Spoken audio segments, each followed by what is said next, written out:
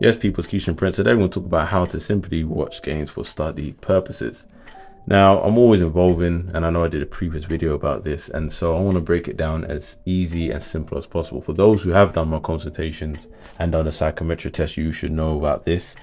But this is how I look at the game. So, for example, if you're looking at Chelsea and Manchester City game, which they played and ended in 4-4, I'm looking at these six stages in which the team's building up.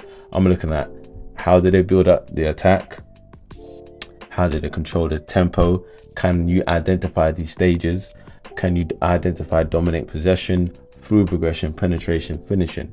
Now, obviously, I've put the diagram in for you to be able to see it. And then the next stage is then I'm looking at, okay, I've identified the building attack stage. Now, you got to understand, why do they build the attack?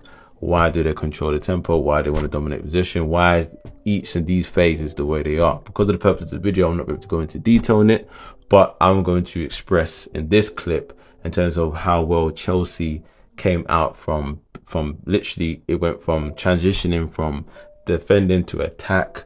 Why is it that they play at a quick tempo?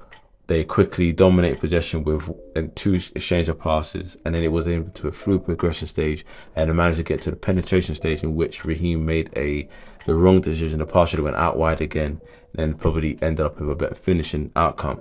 Now, for you as a player, you need to be able to study this and be able to say, okay, in these stages, how does the centre back move?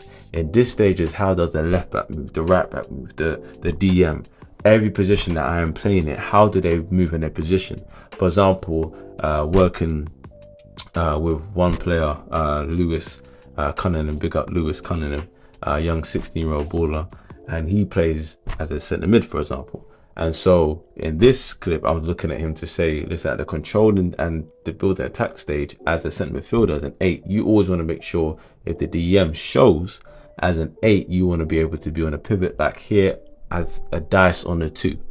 Okay, and your attacker midfielder should be here in this stage, so that when you're looking to exchange passes, it's going to be it's a fluid progression. Instead of you standing here in a same line, that's not how you want to be, especially at the level that most of you are going to be playing. That's not going to be an option. That line's always going to be broken off, so you need to be playing at an angle.